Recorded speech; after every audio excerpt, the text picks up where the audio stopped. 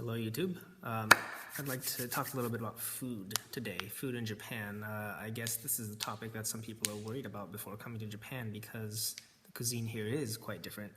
I'm happy to report that it's not that big of a problem.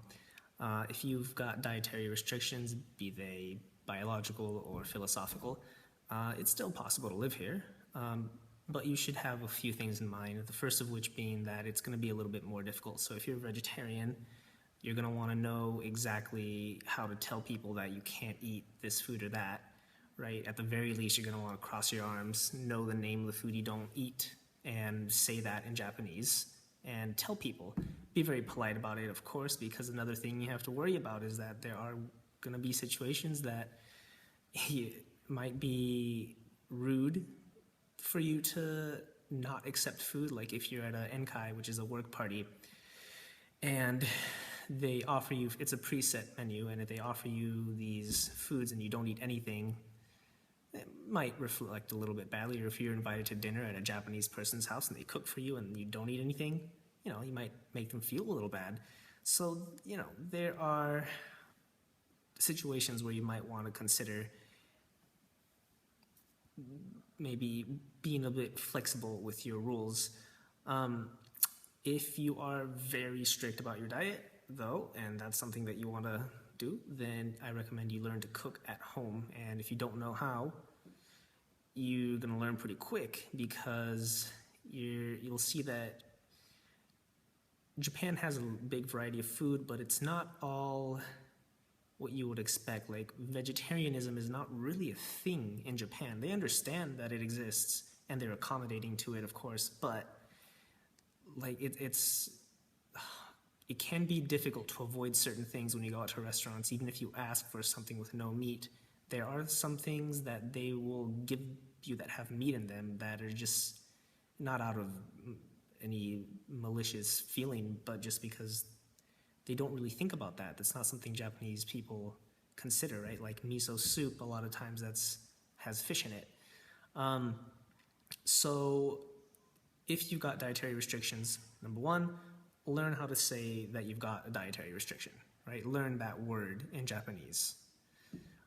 Number two, be aware that there are occasions that you're going to have to weigh the importance of your dietary restriction versus a small scuff on your reputation, and make that decision wisely. So be very, very polite and smiley when you turn down food, because it's part of their culture. So when you turn it down, you're kind of saying like, I don't want to try that. Be careful not to give off that vibe. And number three, if you are very adamant, cook at home. Do that. It can be stressful to live in Japan. I mean, you're working in a new place, you're learning new foods, you don't speak the language. So there have been people that struggle with diet, and that's fine. Got out there for a second. I thought one of my students needed me. Anyway, diet. There are people that struggle with their diets, and that's fine. Something to keep in mind is that you want to have an open mind about eating new foods. So in general, a good rule to follow that I have found, that I have made my rule, is that if you don't know what it is, don't ask, just try it. Just try it. It's not going to kill you. People have been eating it here, and they're not going to offer you something that's bad. If you don't like it, just don't try it again.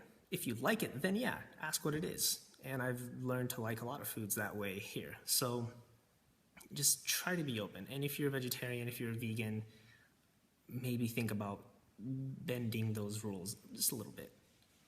Students gone. All right. So let's talk about buying food. This is a big topic. Let's start with the food that you're going to be offered food at your school. It's called kyushoku, and it's your kind of school lunch. It's good. It has some advantages and disadvantages. The advantages being that since you have to eat while you're at school, and most of us are not going to have the chance to go home and eat, you have to think about something to eat at school. So kyushoku is good because it's cheap, it's a balanced meal, and it's oftentimes very good. And you don't have to think about bringing anything. So that's good. You also have a red bento box, which I've heard a lot of schools have, which give you a little bit more choice. They bring that food from outside. It's slightly more expensive, and you don't have to bring anything, but it's not a total choice freedom. You can also go out to lunch every day, which is not economically friendly or necessarily healthy, but that is an option, and maybe sometimes that's a good option, just not all the time. So you could get an idea of where the restaurants are that are near your school that you can make it there on time and make it back on time with ordering and eating your food. You can also eat at combinis, and I'm going to talk a little bit about combinis in a minute, but that's another option. And the combinis are a little better quality than you would find in America, but they're still not a viable option economically or health-wise if you're going to be doing that on a regular basis. So that's chushoku. Let's talk about combinis. Here is what you should expect from a 7-Eleven, for example, in Japan. Video. 7-Eleven exists here. 7-I Holdings. The I means that there's an ATM inside, I think. That's what it looks like. And the interesting thing is that people will straight up park their cars, leave the keys in the ignition, and go inside and shop, and it's not a problem here. And then they'll come out and hang out in their cars for a long time and eat, which is a different thing. Inside we've got ATMs, snack food galore.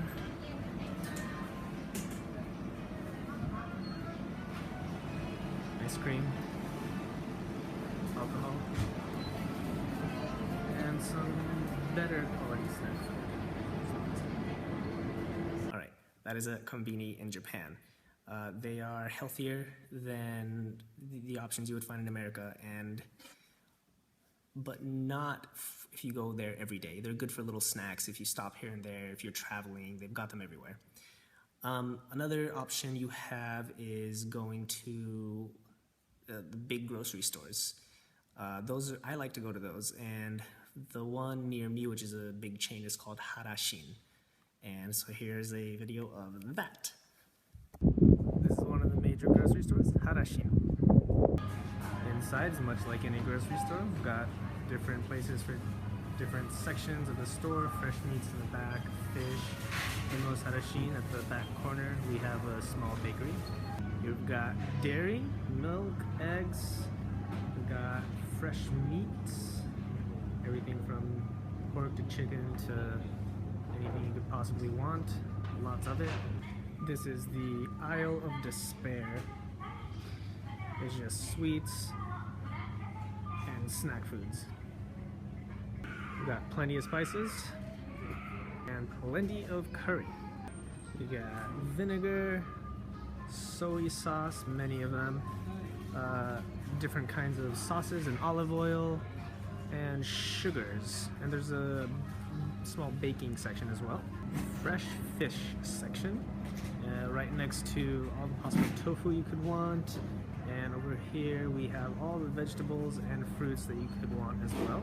There's also a fried food section, which is dangerous. And as in most Harashin, there's a bakery in the corner. Small one, but still good. Alright, there's Harashin. Now, the last thing that I want to recommend is a slow cooker. And so here's a little clip of that. Alright, this is the home cooking part.